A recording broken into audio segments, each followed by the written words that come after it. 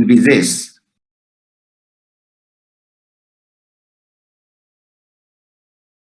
Of infinitely many simply means summation of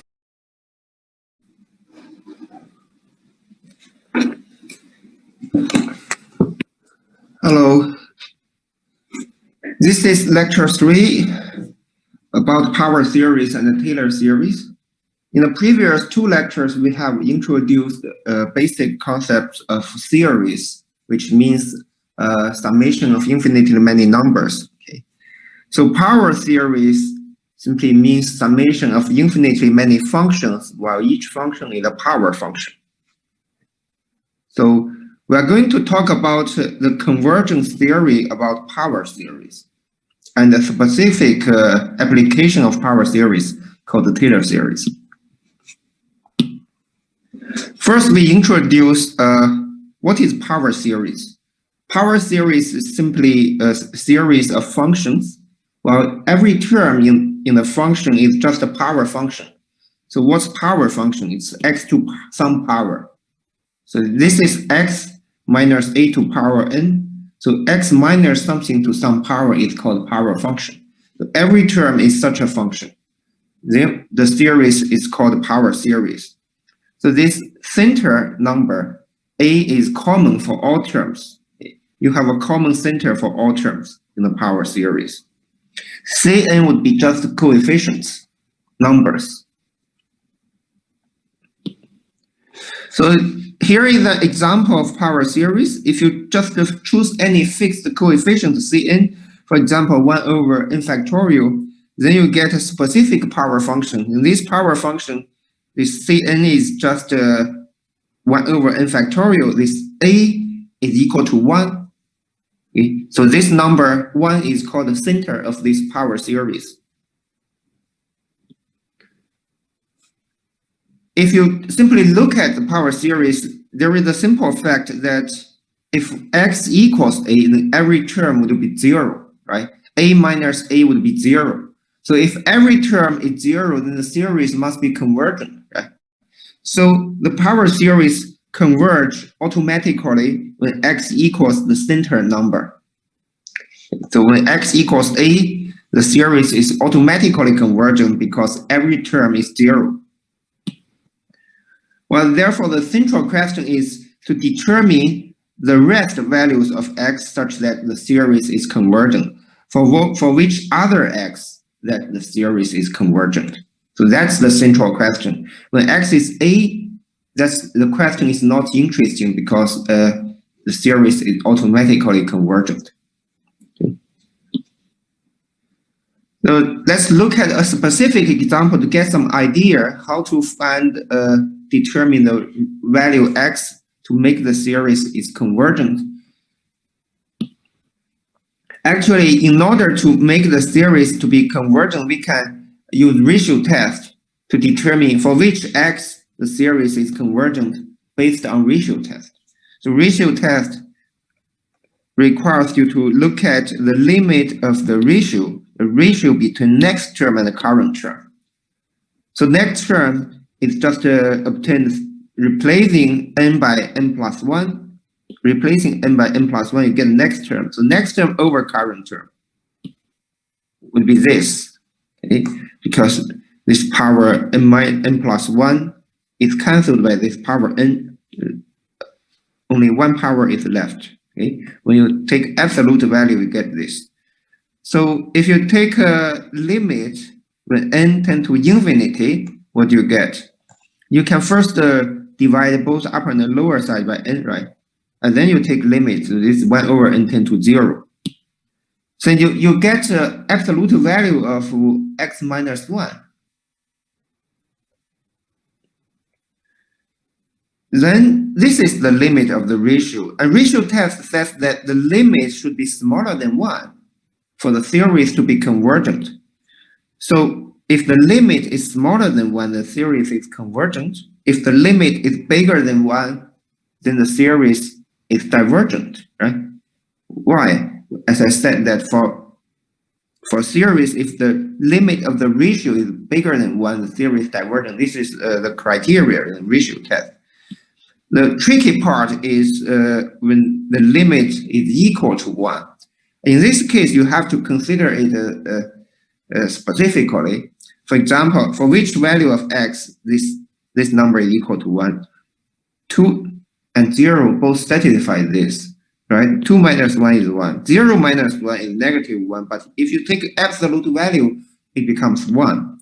So 2 and 0 both satisfy this condition. And we need to examine these two cases separately.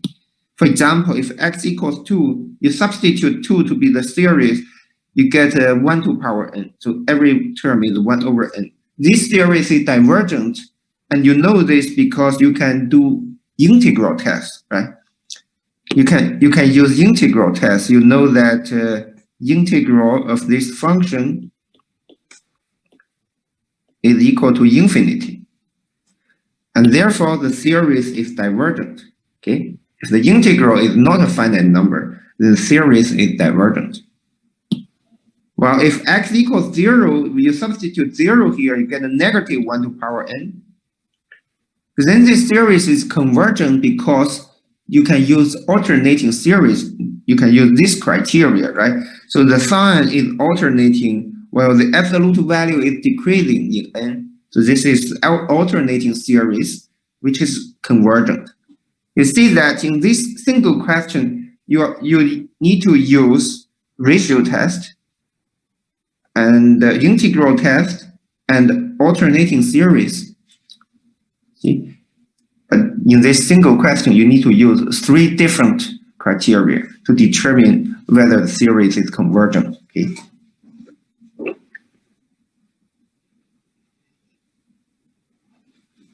So this is a very typical question that typically you use ratio test to determine whether a power series is convergent for some value of x. Ratio test is the starting point. Okay, to summarize, for which value the series is convergent, first, when the first condition is satisfied, which means that x should be smaller than 2, bigger than 0. But x can also be equal to 0, including the 0, right? Because you have convergent here. So x can be 0, but cannot be 2. Okay? So this is why you have this small bracket here. X cannot be 2. When x equals 2, the series is divergent. Okay? So this is the value of x, which makes the series convergent.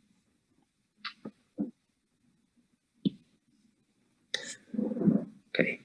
This is another example.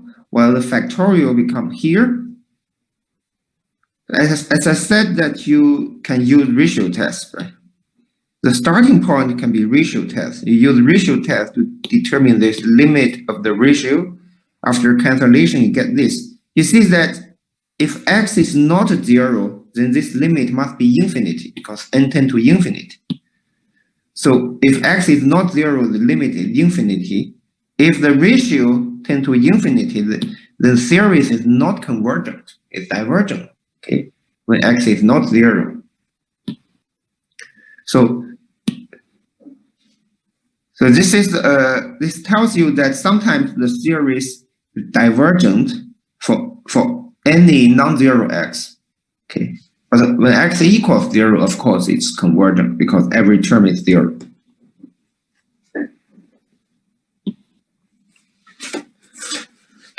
There are many properties of power series. Okay. For example, a very commonly used property is that if a power series converge for some x 0, for example, then the power series is convergent for all x for which the distance to the center is smaller. Okay. So if for x0 the series is convergent, then if the distance to the center is smaller, this power series must also be convergent. Not only convergent, but also absolutely convergent. Okay? Which means that if you take absolute value in each term, you still get a convergent series. So we can prove this easily because let's look at this. If this power series is convergent for some x, for example, x0, then the necessary condition for a series to be convergent is that every term must tend to 0, right? This is necessary condition. If a series is convergent, then every term tend to 0. Okay, then you consider general power series. Since this tend to 0, it must be smaller than 1 when n is sufficiently large. Okay, when n is sufficiently large, it tend to 0. It tend to 0 is smaller than 1. So that's reasonable. So in this case, if the distance of a point, the distance of x to the center is smaller than this number, then you can rewrite this term into a ratio. Okay, you can divide x0 minus a to power n, and then multiply this by additional x0 minus a to power n. Actually, this will cancel the denominator. Okay? So they are equal. You divide this and then multiply this. Okay? But this term is smaller than 1, right? Okay. Because the power series is convergent for x0, so this term is smaller than 1. So we can remove this term, delete this term. When we take absolute value, you see we get something to power n.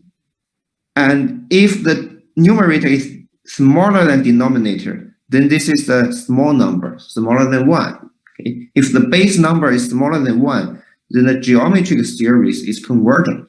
Okay? Well, we see that our original series is smaller than this geometric series.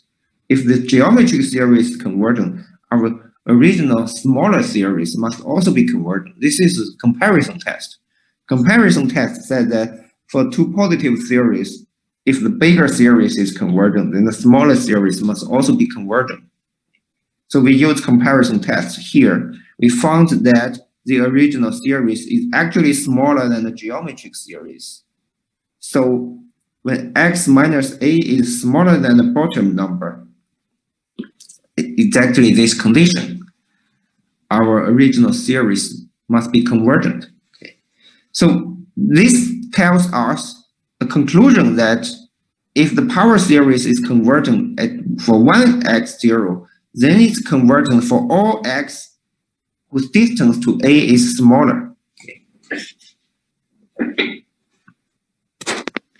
And this is absolutely convergent because we consider the absolute value of every term here.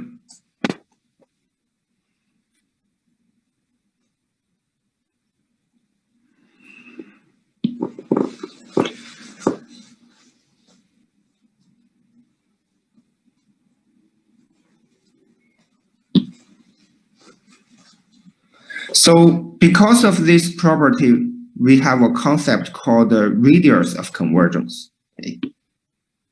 So radius of convergence means that if you have a number r such that the series is convergent when this absolute value is smaller than r, and it is divergent when x minus a is bigger than r. If r separate the two cases, then r is called the radius of convergence. So it's just a number which separates the two cases, convergence and divergence. Okay. See, there is only one such number r, which can separate these two cases. The radius of convergence is unique for power series. So actually, what's the radius of convergence? It's simply the largest number such that the series is convergent for all x such that x minus a is smaller than r. Okay. So it is the largest number satisfying this condition, such that the series is convergent for such x. Since it's the largest number, so it cannot be larger. Right? If it's larger, then the series would be divergent. So in general, the radius of convergence only tells you whether the series is convergent when this strict inequality holds. Okay. Well, when equality holds, whether the series is convergent is still unknown. You should investigate this case, okay, case by case for specific problems. So let's look at this specific example. Try to find the radius of convergence for this specific power series. To recall that radius of convergence is just a number which separates two cases, such that when x is smaller than that number, the series is convergent. When x is bigger than that number, the series is divergent. Okay. So actually still, we just need to find for which x this series is convergent. If we find for which x this series is convergent, the radius of convergence is just found. And the question of finding which x the series is convergent is still used in ratio test. This is the starting point for most of these problems, ratio test. So by using ratio test, we need to look at the ratio between next term and current term, right? Of course, we first take absolute value. First take absolute value of the series, then use ratio test, because ratio tests only work for positive series. So let's look at the ratio. After some cancellation, this 3 to power n plus 1 divided by 3 to power n is just a 3. So after cancellation, we get this. Okay. So you can put divide n inside the square root, you get this. When n tend to infinity, 1 over n tend to 0. So it's easy to compute the limit of this ratio. After computing the limit, you should know that when the limit is smaller than 1, the series is convergent, right? When the limit is bigger than 1, the series is divergent. So what's the radius of convergence? So 3 times x smaller than 1 means that x smaller than 1 over 3, right? So we see that when x is smaller than 1 over 3, the series is convergent, while when x is bigger than 1 over 3, the series is divergent. So 1 over 3 is the critical number which separates the two cases. When x minus the center is smaller than 1 over 3, the series is divergent, right? For this question, center is 0. So this is 1 minus 0 in absolute value. Okay, this is the same. So 1 over 3 is the critical number which separates the two cases of convergence and divergence. Therefore, the radius of convergence for this series is just 1 over 3. This is the critical number.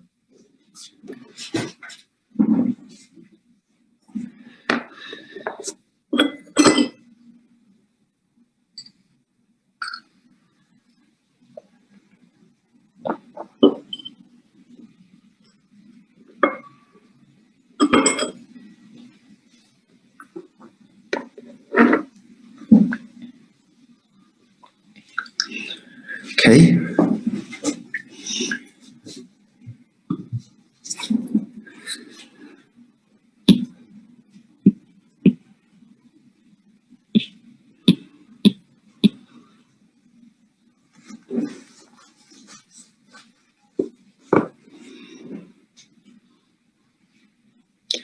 So this is another question, but I would ask you to first try this question by yourself. We have already seen several examples, right? Now it's your turn to work out this by yourself. At least you should try to make some progress to find the radius of convergence for this series.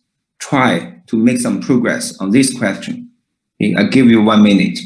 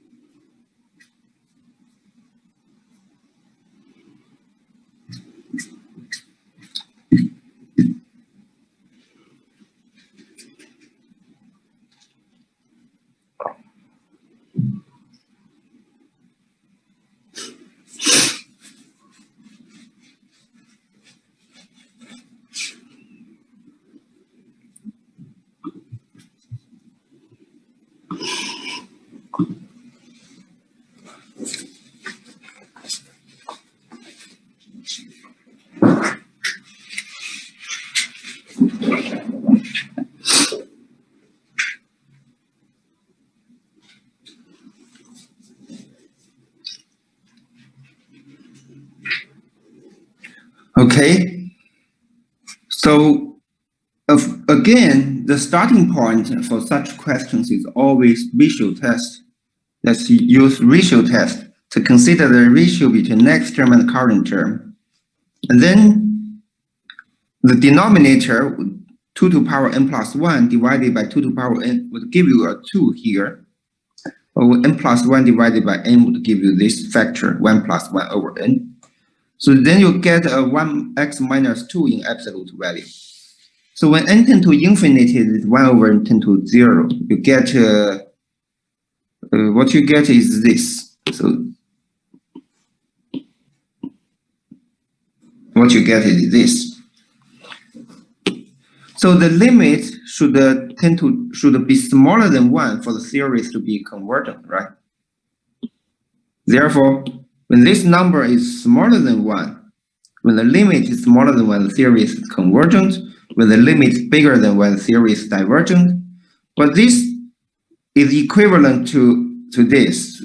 So x minus the center in absolute value should be smaller than 2 for the series to be convergent. And if this x minus center in absolute value is bigger than 2, then the series is divergent. So 2 is the critical number which separates the two cases of convergence divergence, right? So radius of convergence is 2 for this question. So this is a very standard question, right? You should be able to work it out by yourself.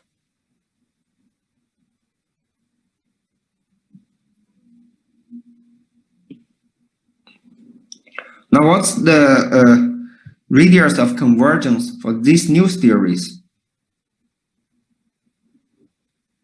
So since you have already met 2 of such questions, maybe you should be quick for this one. I will give you only half minute for this. Just consider this.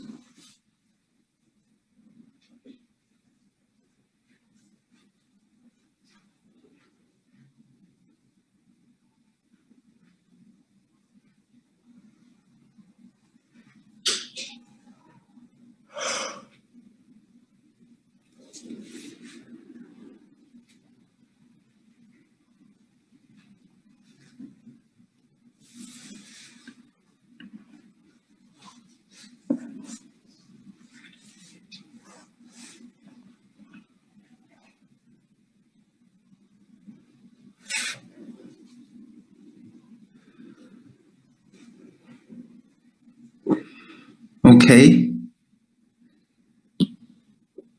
Again, we should use a ratio test, right? Next term over current term. So for this question, you have factorial.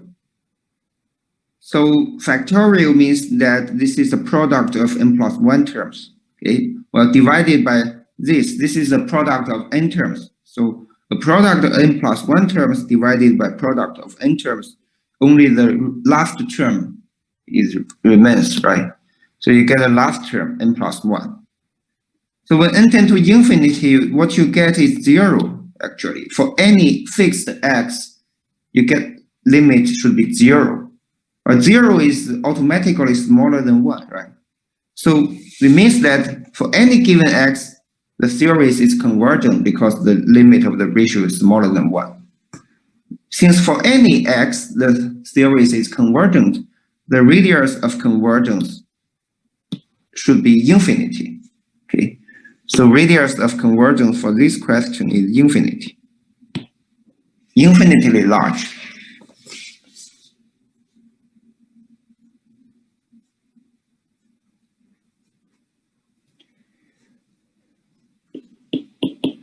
Because it means that for any x satisfying this inequality, the series is convergent. Of course, infinity is the radius of convergence.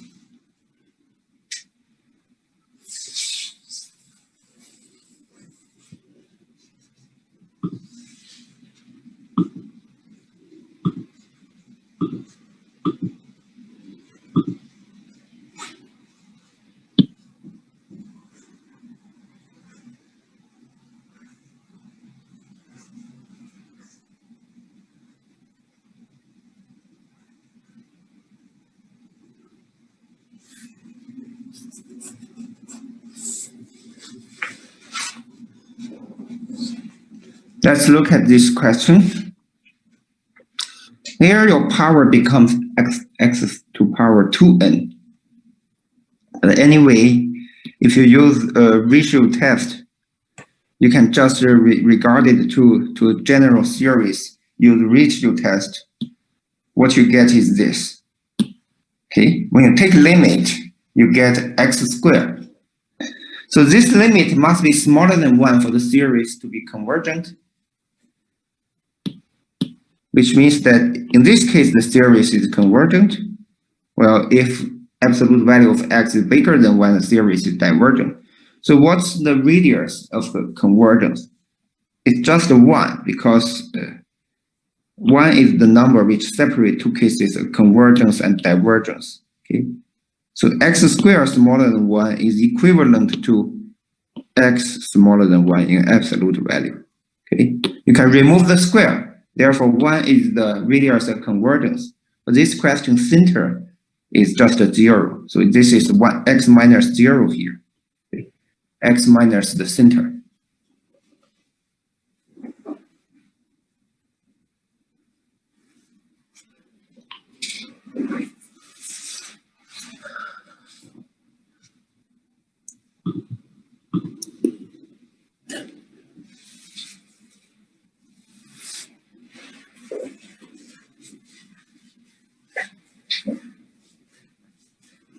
Okay, let's move on. Then what's the radius of convergence to this question? Okay. Well, I want you to compare this with another series.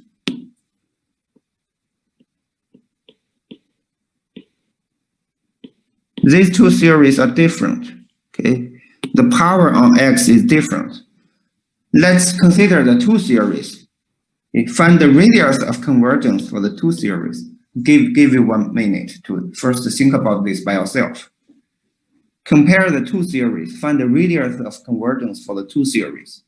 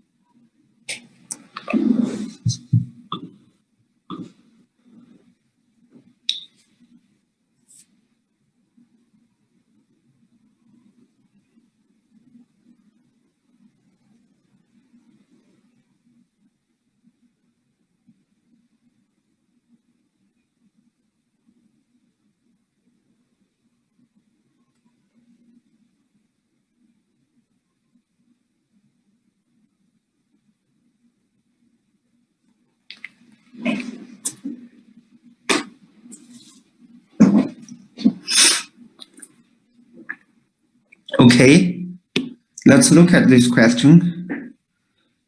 So let's first consider the simpler case. If you have x to power n in the series, if you use the radius of convergence for that series,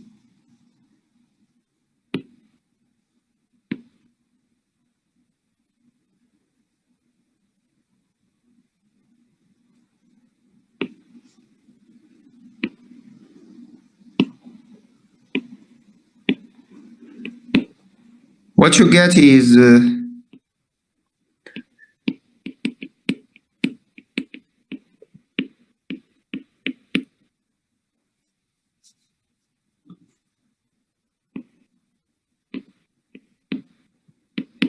two times x in absolute value. Okay, so this must be smaller than 1 for the series to be convergent.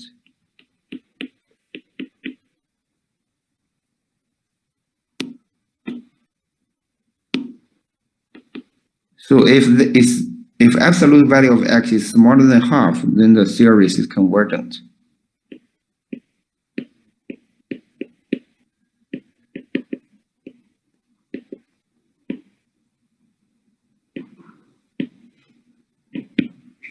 Well, if absolute value of x is bigger than half, then the series is divergent.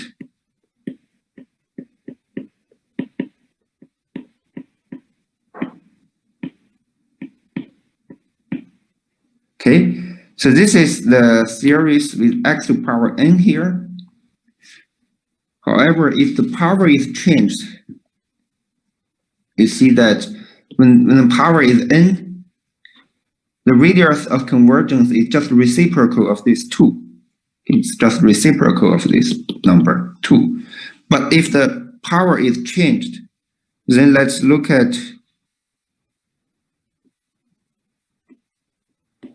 the ratio between next term and current term for the series here.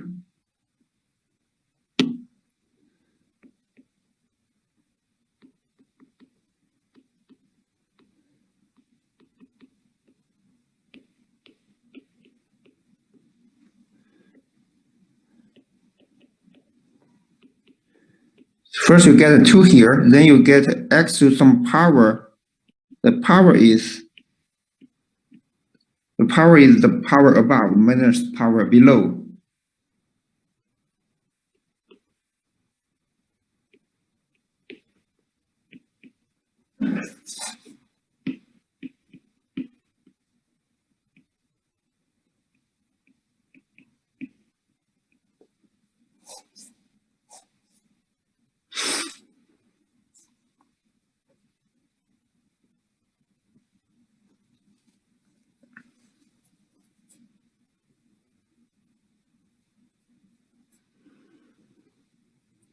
So what's the limit of this? You're left with the limit of this number if you add absolute value, of course. So it's x to some power. Power is 2 to power n. Well, if you take a limit,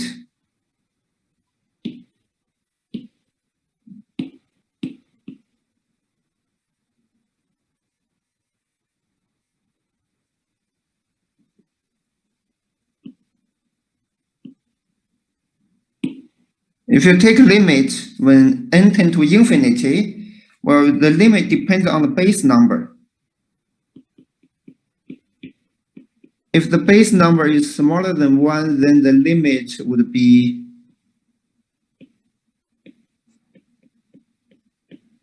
zero, actually. Okay. Well, if the base number is bigger than 1, then the limit is infinity.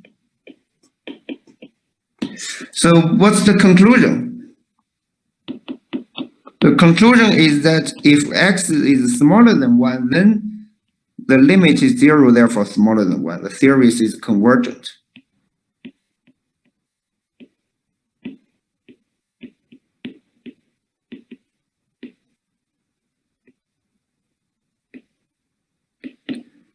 Well, if the base number x is bigger than 1,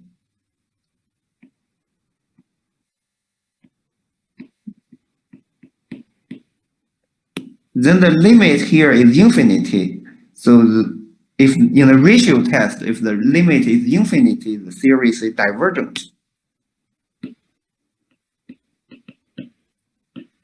You see that the radius of convergence for this question is 1. It's independent of the number here. If you replace this number to be 3, 4, 5, you get the same result. The radius of convergence is still 1. Okay? Because this number 2 does not play a role actually. Because when x is smaller than 1, the limit is 0. When x is bigger than 1, limit infinite. This number 2 doesn't play a role. So it can be any number. But the radius of convergence is fixed, just be 1. Okay. If you change the power here, change the power from n to 2 to power n, the radius of convergence is changed.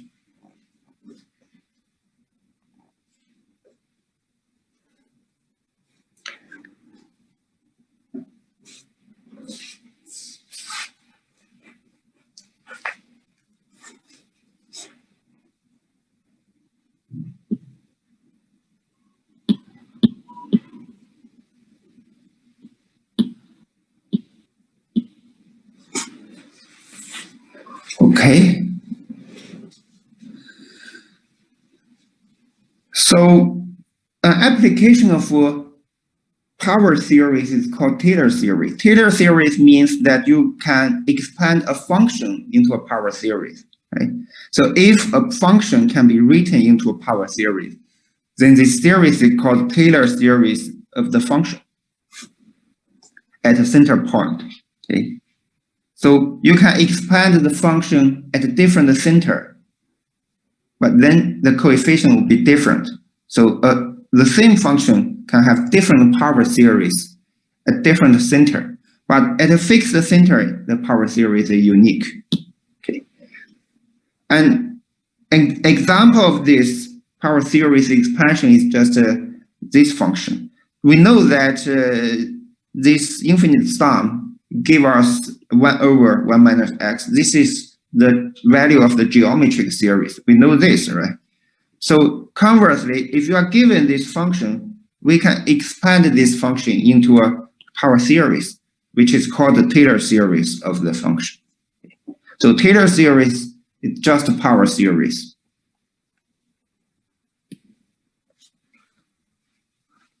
And it also has different name. So Taylor series with center 0 is also called Maclaurin series. But we wouldn't require to remember such different names. You should just remember Taylor series is the power series expansion of a function. Okay. And Taylor series has a lot of properties. In general, if you have a power series, for example, then you can take derivative. If you take derivative outside the power series, it's equivalent to take derivative inside the power series, right? So this left side means that you first sum up these many terms, then you take derivative. It's equivalent to first taking derivative and then summing up the infinitely many terms. They are equivalent under the condition that the series is convergent. And not only taking derivative is equivalent, you can also integrate by term by term. You can integrate outside the series, and then it's equivalent to integrate inside the series. If you integrate x to power n, you get x to power n plus 1 over n plus 1, right? So you can integrate a power series term by term. By using these properties, you can derive power series expansion for many other functions. So these are the integral and differentiation identities that we will use. For example, everyone knows that this function can be expanded into power series, right, which is called geometric series. And for this given geometric series, you can also determine for which value the series is convergent.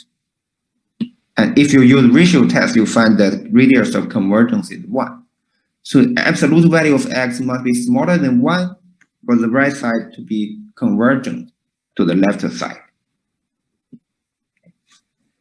Then let's make use of this to derive the power series expansion of the new function. I'll give you 1 minute for you to consider this question. Find the power series of this new function. Find the radius of convergence.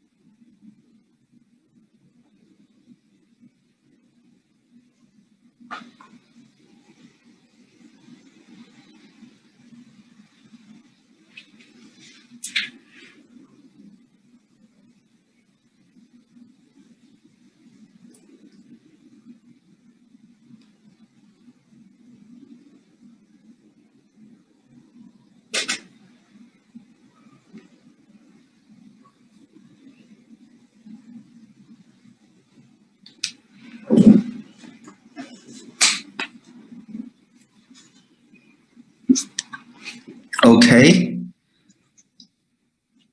let's have a look. So we want to make use of existing results. Our existing result is geometric series, right? So in the previous question, we know this. 1 over 1 minus x can be expanded into geometric series. This is what we know. Then, if we slightly manipulating this new function, subtract 1 from x and add 1 back. The first term, x minus 1 divided by 1 minus x squared would give you this. The second term, the 1 over this. Okay, so both terms can be converted, has some relation to the standard function 1 over 1 minus x. Okay. So the first part can be directly expanded into a geometric series, while the second part, if you can observe, it's the derivative of 1 over 1 minus x. It's derivative of this standard function. Okay, you can try taking derivative of this, you get the second term in here. So if it's the derivative of this, while the standard function has a power series, you can put the derivative inside the summation symbol, taking derivative inside. Then you get a new power series. Then you can collect the two power series. See, in order to collect the two power series, you see that this is x to power n, this is x to power n minus 1. We first need to make the power the same. Okay. So in order to make the power the same, we can slightly shift the index here. So here it's this power series. Well, n starts from 1 to infinity. But if you replace n by n plus 1, then you see replace n by n plus 1, it's the same power series. It's just a change of notation. You change the notation n to n plus 1. Okay? It's the same power series. But the difference is that if n starts from 1 to infinity, n plus 1 should start, well, n plus 1 should start from 1 to infinity. So if n plus 1 starts from 1 to infinity, n should start from 0 to infinity. Okay? So the index is changed. The series doesn't change, but the starting value change. Right? So they are the same series, just differ from each other by symbol, by notation. So now the power becomes the same. It's the same power. So now n plus 1 minus 1 give you n here. So you see that you get a power series expansion of this new function. You establish a relation between this new function and the standard function. So give you half a minute to think about this question.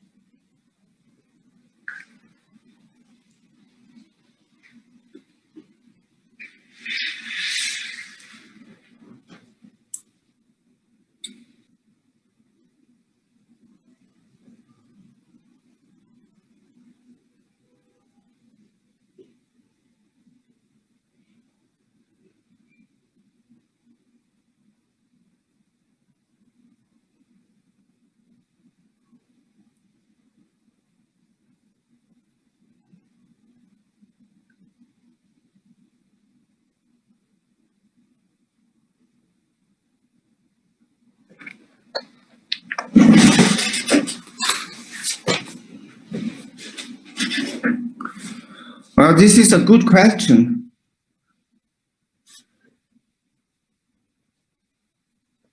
So because the zeroth term is constant, right? If you take derivative in constant, it disappears. Derivative of constant is 0. So x to power 0 is just 1. Derivative of 1 becomes 0. So the zeroth term disappears after taking derivative.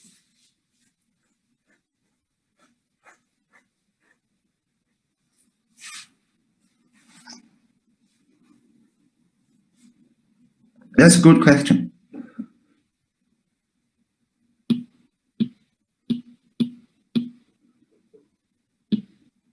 Let's look at this new function, log function.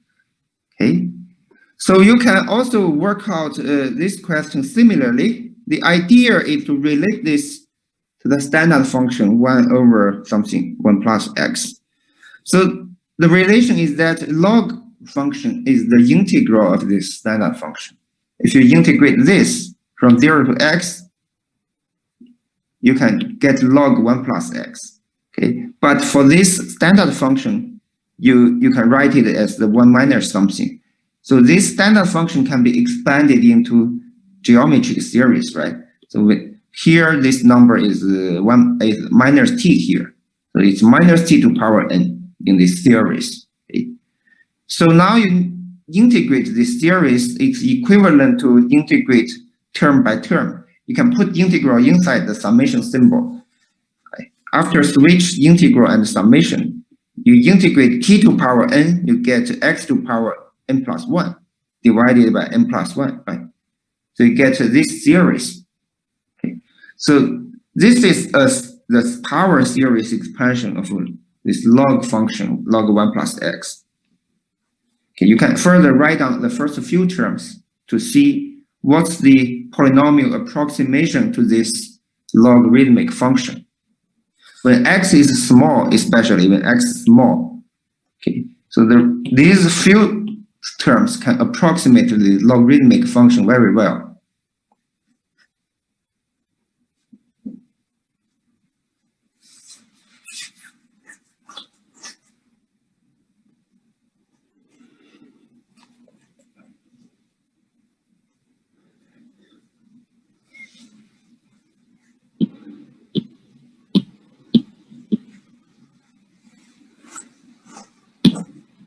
Okay, let's also consider this similar question. Now you get x squared here. But still you can write it into the standard form, right? You can write it as minus x squared. So 1 minus something, but this something is minus x squared. So this is the variable in the geometric series. Okay, you can write this series as this number to power n. And then you can extract the negative sign. You get negative 1 to power n, x to power 2n. Right? So this is the power series expansion of the left side function. Okay? Again, you see, you relate this new function to the standard function for the geometric series. Okay? So this is always a method that you can use to find the power series of some functions, but not all functions, right? So the radius of convergence for this series can be found by using ratio test, right? So this is the limit of the ratio. So if this number is smaller than 1, the series is convergent. Okay. So still the radius of convergence is 1, similarly as the geometric series. Okay.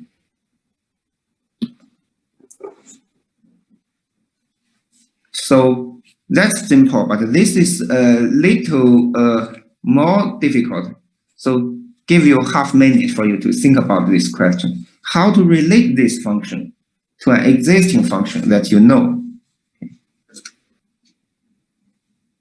Find the power series expansion of this arctangent function, the inverse function of tangent function. Okay? Try to relate this to the standard function of geometric series.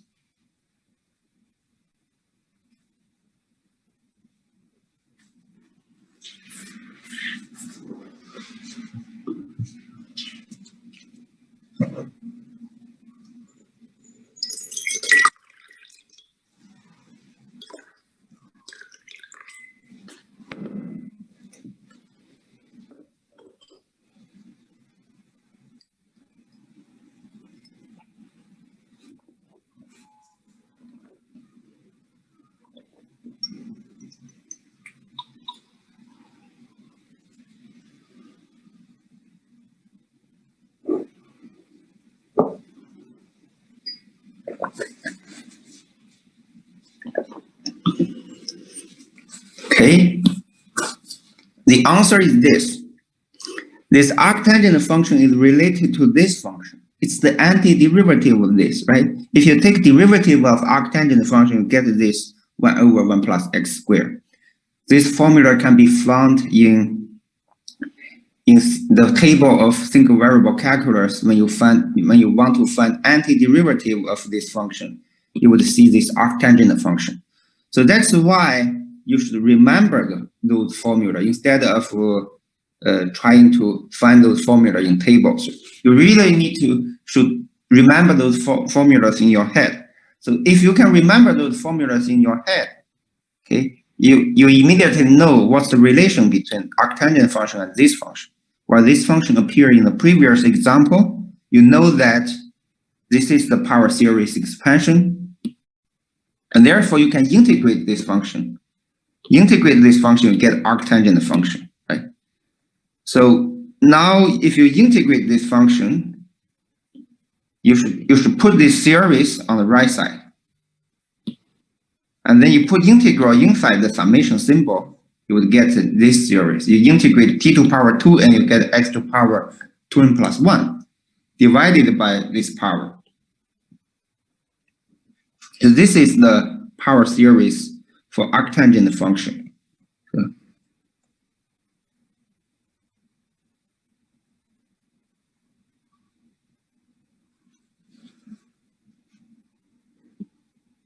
Okay, the radius of convergence is the same as before because this is still related to geometric series.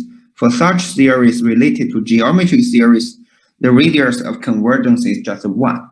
Okay, so I will omit this part. Then this is a question that it's not easy to solve. Okay, this is really not easy. It's difficult because it's difficult to relate this to the standard geometric series. Actually, I don't know what's the method to relate this to standard geometric series. So therefore, the examples that in previous questions cannot be extended to this question. So the techniques cannot work here. We cannot immediately find the relation between this function and the geometric series. Okay, we really need to use new techniques that for given function, without connecting this function to another function, we want to directly find the power series of this function by using just this function. Okay, we don't want to relate this function to other functions. They need us to be clever. But we want to have a method that do not require us to be clever. Just apply that method to this function. So we will discuss this after 10 minutes break. Okay, let's have a break.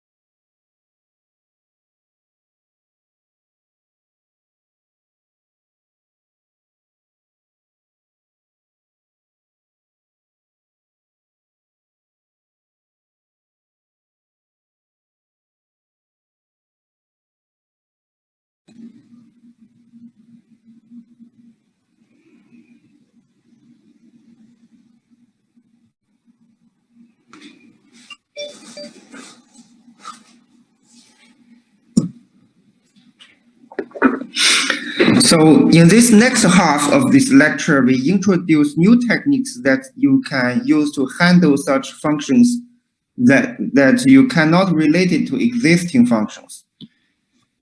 Okay, new techniques is needed. The new technique has a special name. It's called Taylor's formula. Okay, which tells you that if a function has the power series called Taylor series, right, then actually the coefficient can be computed by using the derivative of this function. So Cn, the coefficient, must be the nth order derivative of the function divided by n factorial. Okay. So this formula is called Taylor's formula.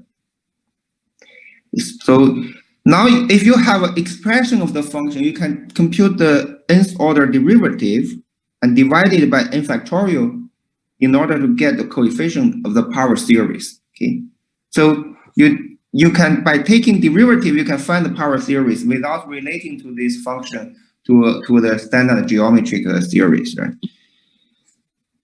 So a proof of this is easy. So if fx can be expanded into a power series, then you can take derivative, right? If you take derivative, to take derivative inside the summation, this power n comes out, power then decreased by 1, you get this. Then you take x to be a. If you choose x to be a, then you get c1 actually, because if n is bigger than 1, x minus a would be 0, right? So when you take x to be a, only the first term is not, only the first term remains, other terms disappear, because these other terms would be 0 if you choose a minus a here. Okay, the first term corresponding to n to be 1 is c1. So what's c1? c1 is just this derivative when x is a. Now you can take one more derivative. If you take one more derivative, this n minus 1 comes out, the power decreased by 1 again. Okay, in general, you can take a lot of derivatives. You can take third order derivative, then you can take nth order derivative. Okay.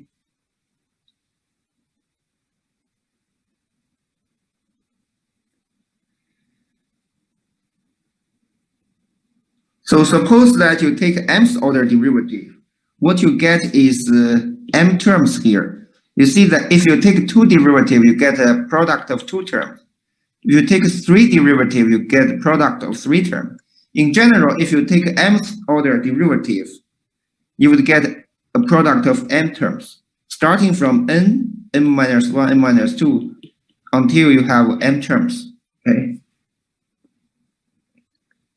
Then you can choose x to be a. If you set x to be a, then only one term is not 0.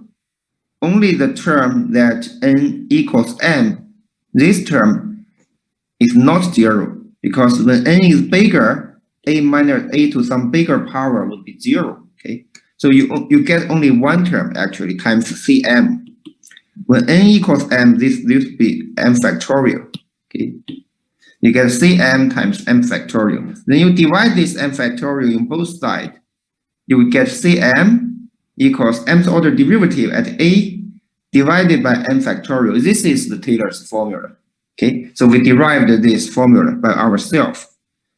So now you see that when you take the second order derivative, actually n starts from 2, because the lower terms disappear when you take derivative. Okay, because every time when you take derivative, the constant term becomes 0. Okay? Derivative of constant becomes 0. So when you take more derivative, this n starts from a bigger number. After you take mth order derivative, the previous terms would be 0. N should start from m. Okay. So this is a proof of Taylor's formula. you know why Taylor's formula holds. Now you can use this formula to derive Taylor's power series for this function that we couldn't work it before. Now let's take nth order derivative. Okay. So this is our function. Nth order derivative of this function is this. So first, if you take only one derivative, then the power comes out. The power is -½ Then this power decreases by 1, actually. If you take two derivative, then another power comes out. Okay, the power decreases by 1 again.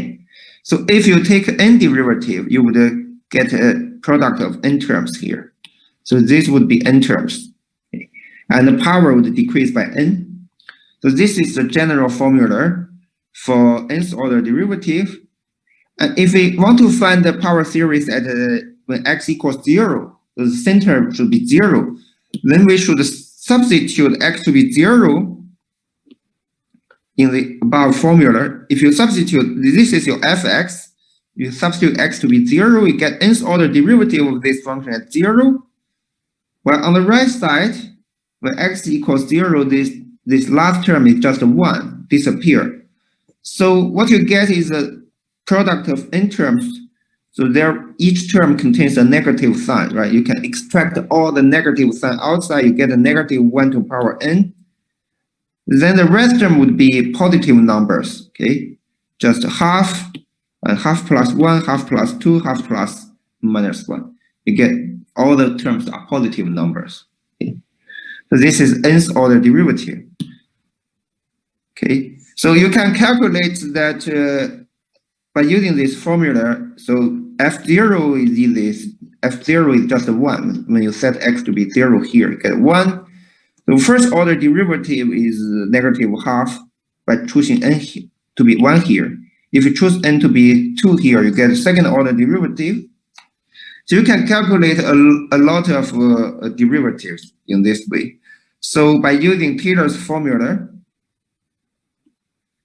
so you can find the power series of this function, which is f0 here, plus derivative times x, plus second order derivative divided by 2 factorial. So this second order derivative should be divided by 2 factorial because our Taylor's formula is this. Okay, the coefficient of x to power n is this derivative divided by n factorial. So when n equals 2, you should divide by 2 factorial. 2 factorial is just 2. So this 3/4 divided by 2 is 3/8. So this is the power series of this function.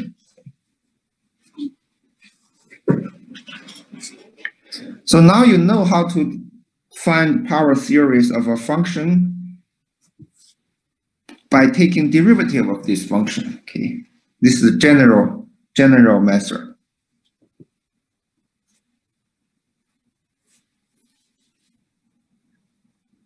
So I'll give you half minute to think about this question by yourself.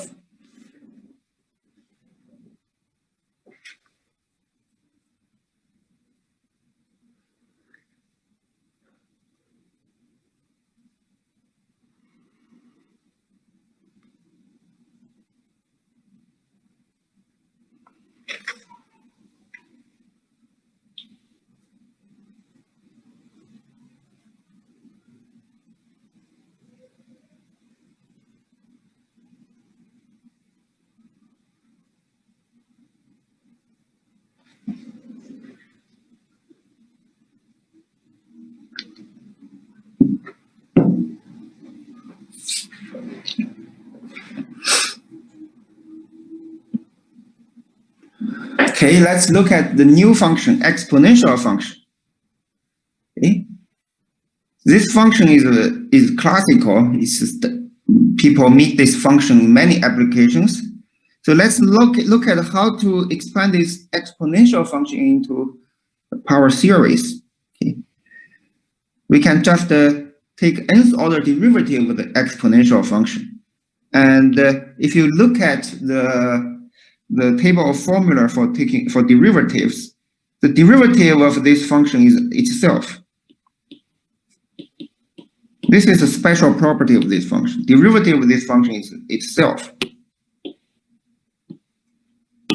If you take derivative, it equals itself. What does this mean? This means that if you take another derivative, it's still itself. If you take many derivatives, it's still itself, right? So nth order derivative of this function is itself. This is a property of this formula, right?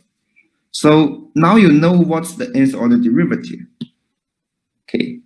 So when x equals 0, in particular, when you set x to be 0 here, the nth order derivative at 0 is 1 for this function. And by using Taylor's formula, the function should have a power series such that the coefficient is nth order derivative but divided by n factorial. And you substitute this is just 1, right? So you get 1 over n factorial here. So this is the power series for exponential function. Okay? And you can easily verify by using ratio test that the radius of convergence of this is infinite. You can verify this by yourself after class.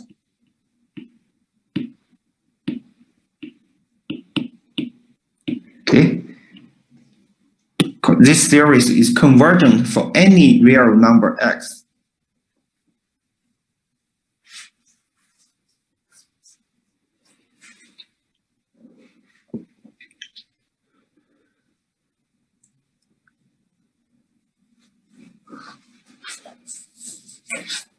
So now you know that exponential function can be written into a power series. If you sum up all of these power functions, you simply get exponential function. Okay.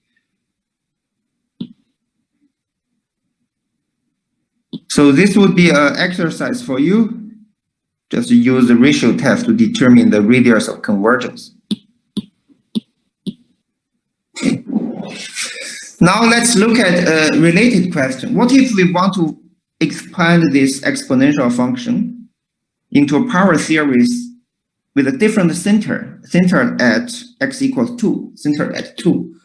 So if your center change, then the power series is changed, coefficient is changed. Okay. But we really don't need to apply Taylor series again. What we need is to slightly rewrite this exponential function into this form. Now, the power becomes x minus 2, right? So if you regard x minus 2 as the variable, then expand this function into the power series of this variable. So we know in the previous question that e to the power x is x to the power n over n factorial. Now you simply replace x by x minus 2 here. You get x minus 2 to the power n divided by n factorial. Okay, so there is an extra constant e to the power 2 here. You can put this constant inside. Then this is the new coefficient. Okay, so coefficient of this power series is this one, e squared divided by n factorial. Okay. If you consider the power series at center 2. By using ratio test, again, you can find that this power series converge for any x, therefore radius of convergence is infinity.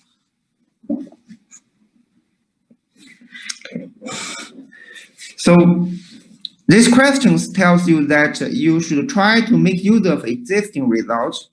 For example, for exponential function, the existing result is exponential something to power n divided by n factorial.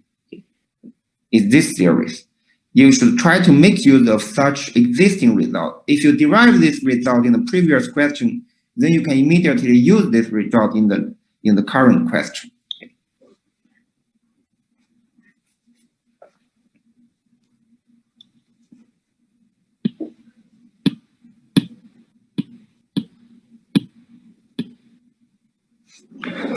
It comes to a more complicated function, sine function. Okay. Sine function is actually related to exponential function. but the relation is not clear so far. The relation is through the Taylor series expansion. So in order to find power series expansion of a sine function by using Taylor's formula, we need to take derivative, right? But if you take derivative of sine function, it's not very clear what the nth order derivative is. We need to take one derivative, two derivative to see what's the rule, what's the general property of nth order derivative. Okay. So if you take one derivative, you know that the derivative of sine function is cosine function. This is you know. If you take another derivative, you know that derivative of cosine function is negative sine function. Right? Then you put another derivative. You take another derivative, third order derivative is the derivative of the right hand side. So derivative of sine function is again cosine function. Then you take derivative of cosine function is negative sine function. So negative is positive. So after you take four derivatives, you find the property that every four derivative returns to the original function. Okay, if you take four derivative, you get the original function. It's equivalent to taking no derivative. So every time you take a four derivative, you return to the original function. This is like a periodic function. So if you take a 4n derivative, you get the original function. Therefore, after taking 4n derivative, you get the original function. If you take one more derivative, you get this cosine function, right? So if you take two more derivative, you get this negative sine function. If you take three more derivative, you get this negative cosine function. If you take four more derivative, you return to the original function.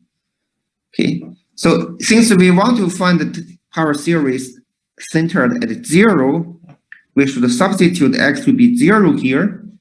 So then cosine 0 is 1, cosine 0 is 1, you get negative 1 here. Sine 0 are 0.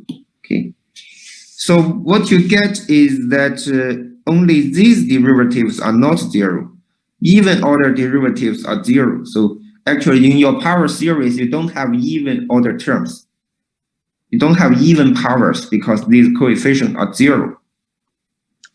For odd terms, so this corresponds to x to power 4n plus 1, right?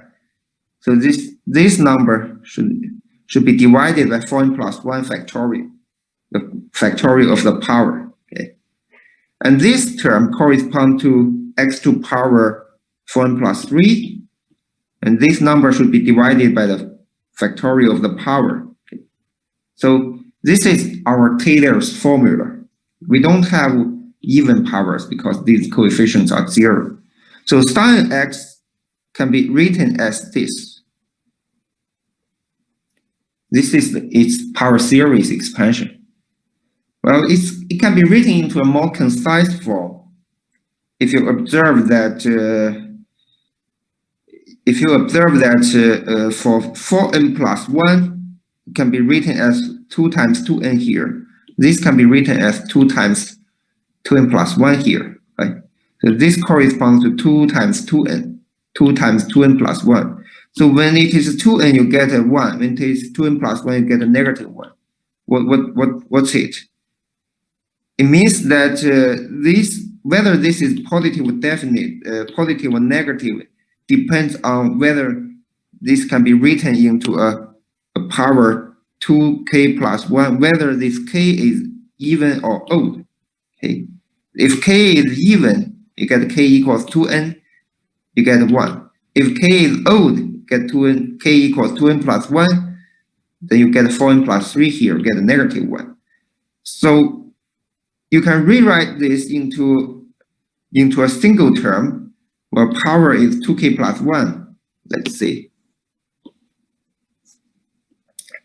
And coefficient here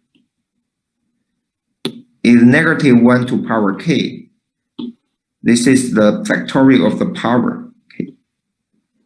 So when k equals 2n, you get the first term. when k equals 2n plus 1, you get the second term actually.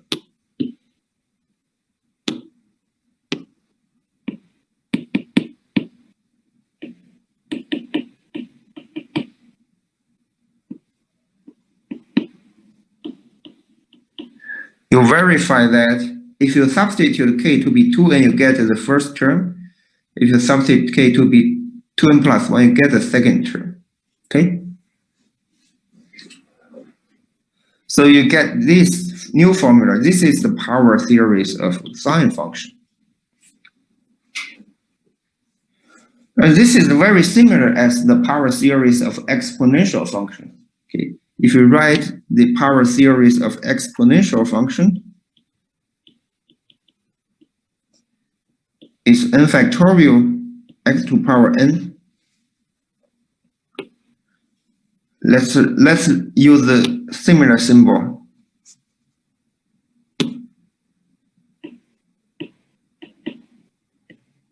Let's use k.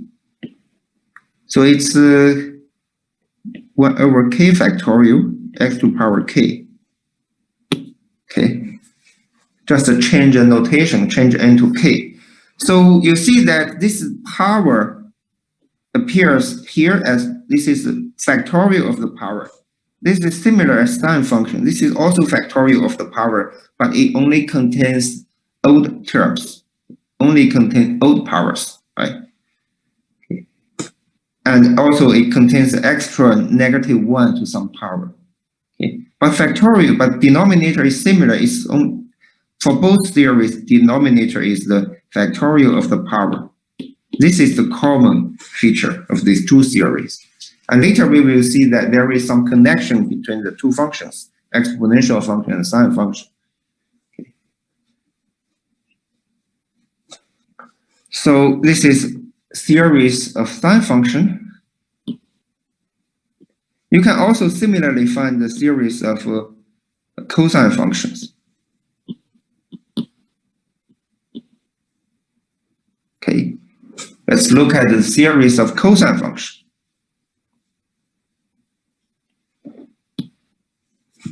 This is completely the same. In order to find the Taylor series, you need to take nth order derivative, right? And again, if you take a full derivative, you return to the original function. You can verify this by yourself. I'll give you 1 minute. Okay. First, you can read this page by yourself because this is really completely similar as sine function. Okay. You verify the full derivatives.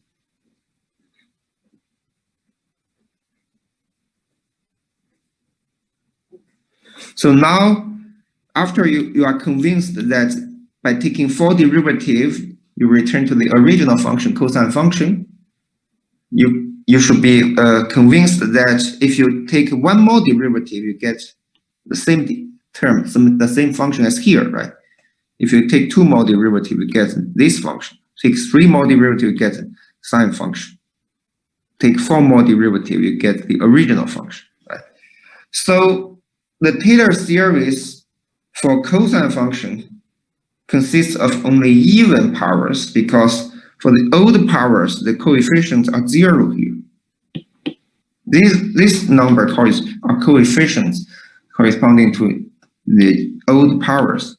For even powers, the coefficient should be this number divided by factorial of the power, and this number divided by factorial of the power. And then you sum up all the terms. Okay. And then this can be written into a more concise form. Can be written into this form. Actually, if you set k to be 2n plus 1, you get this term, right? When k equals 2n plus 1, odd number, you get a -1 here. When k equals 2n plus 1, you get a 4n plus 2 here. You get a 4n plus 2 here. So really, when k equals 2n plus 1, you get this term. When k is odd number, you get this term. And when k is even number, you get the second term. So here you sum up this for all integer k, right? K can be even or odd numbers. When k is odd number, you get the first term, and k is even number, you get the second term. So when you sum up all the integers, k, you get the two terms. So they are the same series. This is the cosine, this is the power series of cosine function. Okay. This is similar as the power series for sine function, because for sine function, you have completely similar terms here, except that the power is 2k plus 1, right? The power becomes odd for sine function. Let me write down here.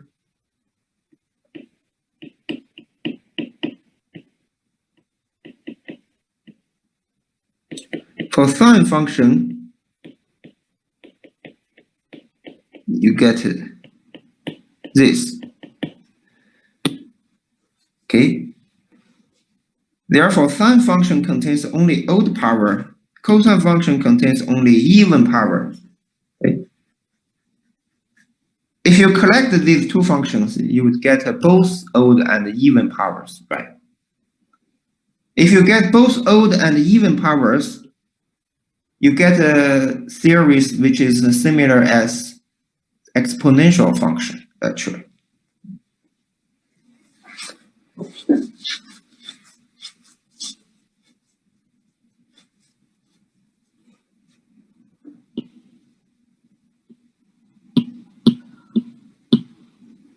And that's why we have this formula. Okay, so suppose that I is the imaginary number that satisfying this property. So I square is equal to -1. If I square is -1, let's show that this exponential of ix is actually equal to cosine x plus sine x times I. So this is identity relating trigonometric function to exponential function. They are really connected if you look at the power series.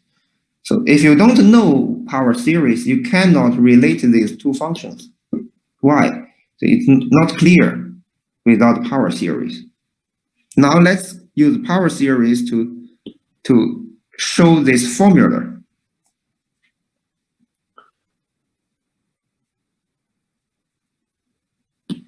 Okay. We know that exponential function has a power series. Exponential anything equals anything to power n divided by n factorial.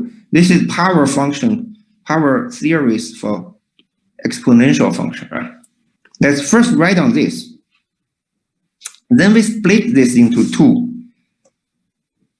So since this is a summation which contains all positive integers, including odd number and even number, right? So we can split it into two parts, into the even terms and the odd terms. Right? So n can be even term and odd terms in the first series. Now we split it into even terms plus odd terms, and then sum up all the terms. Okay. So for the even terms, since I square is equal to -1, right? We can put a square here, we get I square. I square to power n is -1 to power n, actually. And then we also have x to power 2n. Okay. So here it is similar. It is I square to power n plus times an additional I. You have additional power. So we have additional I here. First we put this I here, then we get I square to power n. But s squared is -1, so it's -1 to power n. The rest would be x to power 2n plus 1. So you see, this is the power series for cosine function. This is the power series for sine function. Well, we derive a new formula that exponential function is related to cosine and sine function in this way, through the imaginary number I. Okay. So this identity holds for all real numbers x. For all number x, we have this formula because this series is convergent for all x. For all x, cosine x equals this summation. Okay, and exponential function equals this summation.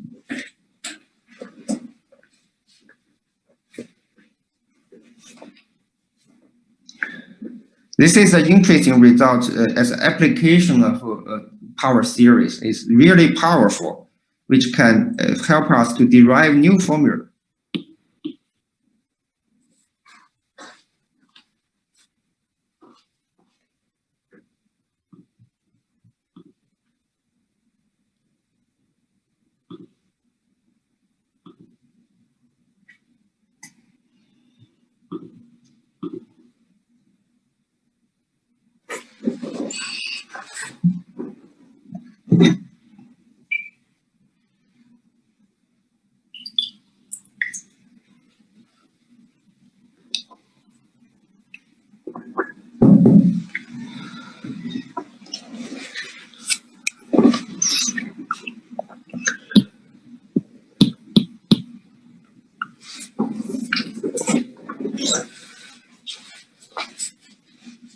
Let's look at this new question about a logarithmic function. We have seen questions about logarithmic function, about log 1 plus x, but now we have x in the bracket without 1.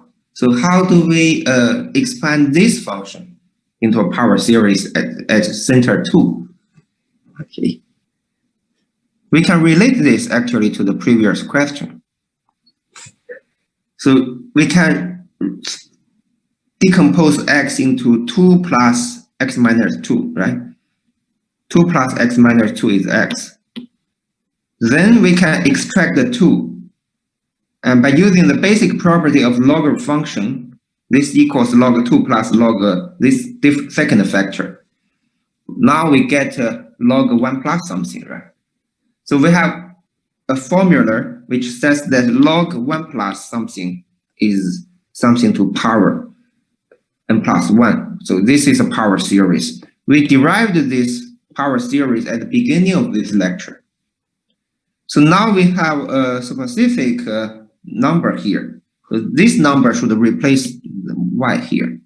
So if we substitute y to be this number into the series here, we would get, so this becomes x minus 2 over 2 to power n plus 1 times this number. Sum up all of this. And this is log 1 plus. This is only the second part. We have also the first part, log 2 here. Okay. So this is the constant part of the power series.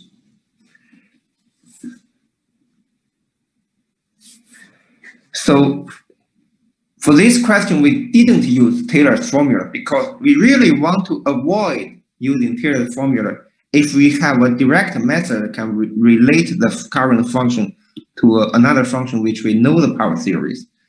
So if for another function we already know the power series and we can connect this function to the current function, we can directly use this. This is simpler than taking nth order derivative. Okay.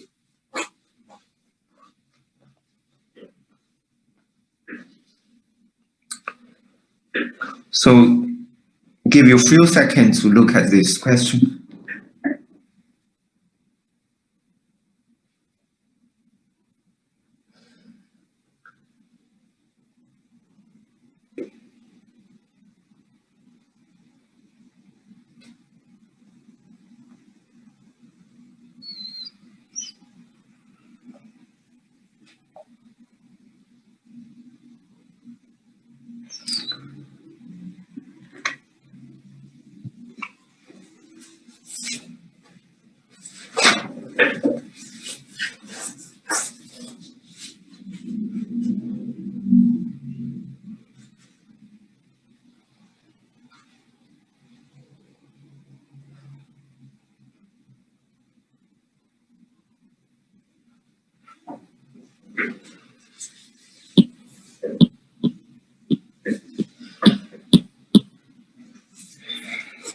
Now let's look at the application of power series, Taylor's formula, in the Einstein theory of special relativity. So Einstein is a great physicist and also mathematician. Right? He found the special relativity, which says that the mass of an object moving with some velocity is different from the mass at rest. So if m0 is the mass of an object at rest without velocity, then when it moves with the velocity, the mass changes.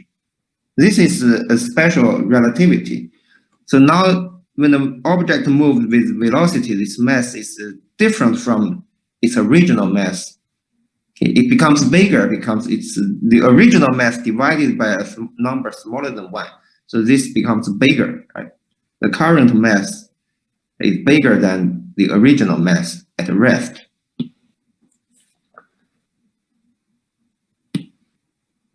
So this v is the velocity, c is the speed of light. A very big number, speed of light. By Einstein's theory, the total energy of a function is mc squared, right? Energy equals mass times c squared. This is a famous formula, right? But according to this formula, the energy of the object actually changes when the object moves, right? So because without velocity, the energy would be m0 times c squared. But with velocity, the energy changed to m times c squared. But m is different from m0, right? So energy increases when an object moves. And the increased part, the part of increase is called the kinetic energy. It's the energy due to moving with velocity, okay? So this is the velocity this is the energy changed when the object moves. So, but Newton's theory says that kinetic energy is actually half of mass times velocity squared. This is Newton's theory. So then they are different, right? These are different formulas. Einstein says that the kinetic energy is this, while Newton says the kinetic energy is half times mass times v squared. They are different formulas. But what's the relation of these two formulas? We know that both are correct, right? Newton's energy and Einstein's energy must be correct simultaneously, which means that if the velocity is small, is much smaller than the speed of light, Einstein's energy should coincide with Newton's kinetic energy, right? These two formulas should coincide when the velocity v is much smaller than the speed of light. So now let's look at why they are equal in this case. So let's first see that what's this? This is 1 minus something to under the square root. So this square root is in the denominator. So this is actually 1 minus this to power negative half. Okay, so it's 1 minus something to power negative half. So let's look at this function. If you have a function that's 1 plus x to power negative half, then you can expand this function into a power series, right? The power becomes bigger and bigger. Okay, we already found this power series actually by using Taylor's formula. Now, if you use this formula in Einstein's kinetic energy, so the kinetic energy is this mass times c squared minus original mass times c squared. And let's write this square root as the negative half power of this. So what is your x? Your x would be this number, minus v squared over c squared. This is your x.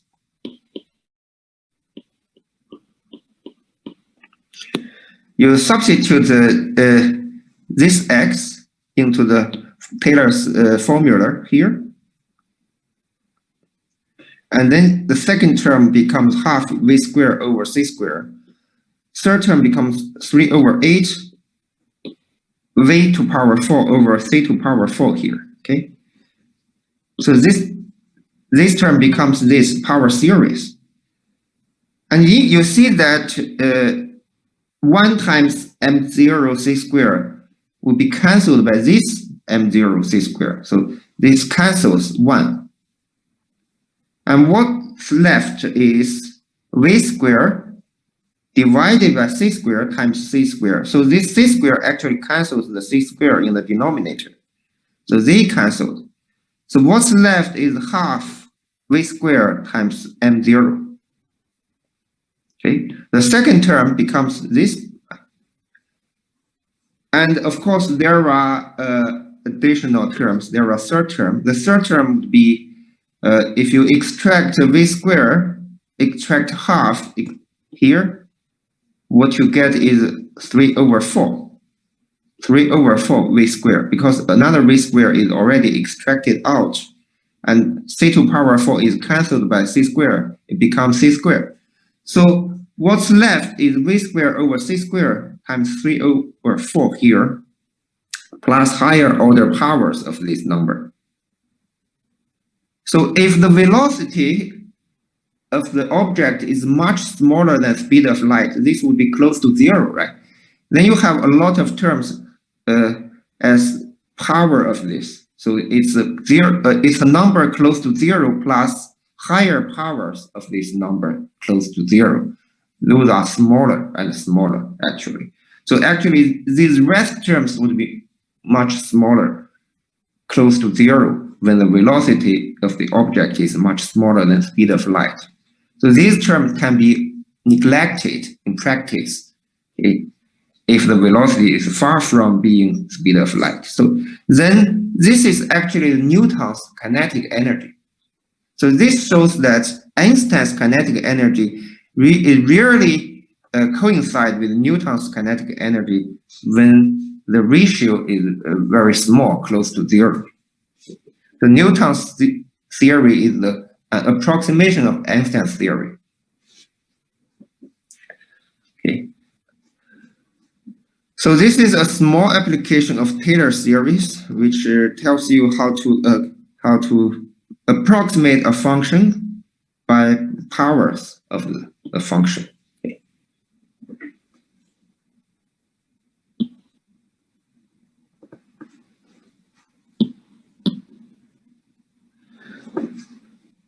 The last topic today is how to compute product of two power series.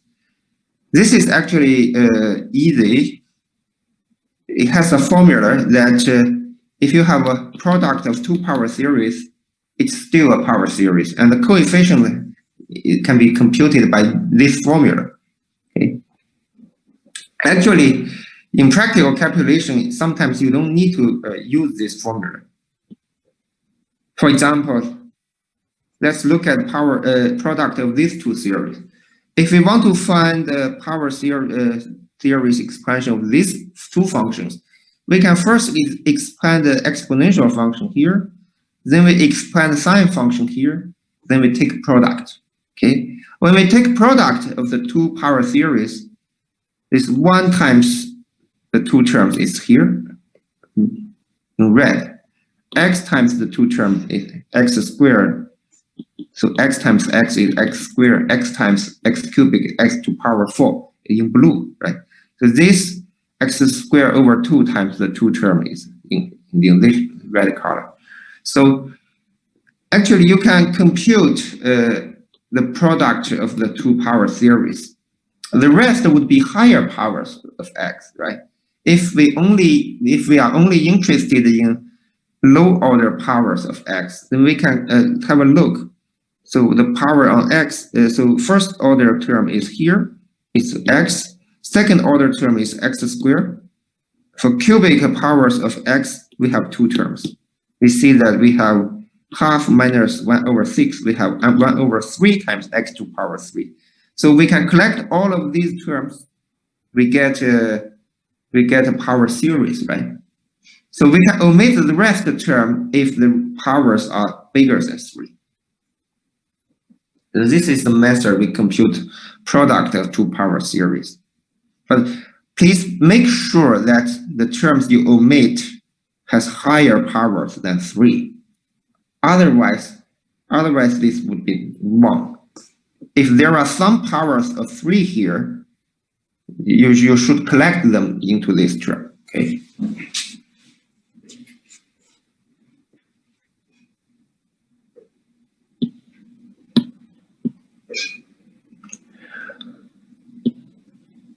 Okay, now let's find the fourth term, first 4 terms of the Taylor series for the tangent function. And we know that tangent function is the ratio between sine and cosine function. And for sine function, you know the power series. For cosine function, you also know the power series. We have 2 examples, one example for sine function, the other example for cosine function. So for both functions, we can write down the power series. And now we want to compute the ratio. Okay, so the method is this. You can write sine function, the power series for sine function here. This is the sine function. The power series for cosine function is here. And you want to compute ratio, right? Let's match the numbers. We match this number 1 and x. So 1 times which equals x. 1 times x equals x, right? So we should write x here. If we multiply cosine series by x, we get x minus x to the power 3 over 2. So this x times cosine series give you this. Then let's consider the difference. The difference would be this, because here x minus x is 0, cubic terms minus cubic terms is this cubic term. So the rest would be higher order powers of x. Okay, let's omit those terms. So now we want to find a term here which times the cosine series give us leading term x to the power 3. So this must be x to the power 3 over 3, because then we would have this. Okay, so this gives you a series. We can write down this series. So since the question only asks you to find the power series up to power 3, we already find this up to power 3, so the rest term can be omitted. Okay. The question only required to compute a coefficient up to power 3. So, okay, so that's all for today. Now we know how to compute product and the ratio between 2 power series just by some very rough computation. Okay. So there are some exercise questions of such type of questions. So you can try to work it out by yourself. Okay. There are many questions in this lecture. You can try yourself. Okay. If you have any question, you can send me emails. Okay. So are there questions regarding today's lecture?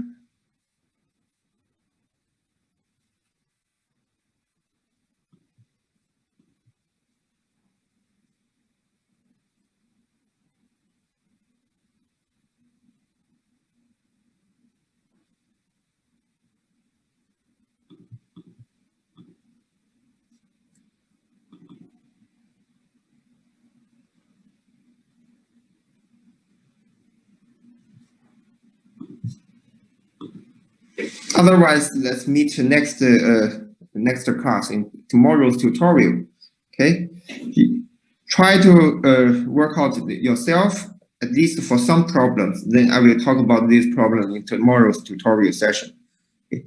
So see you tomorrow. Bye bye.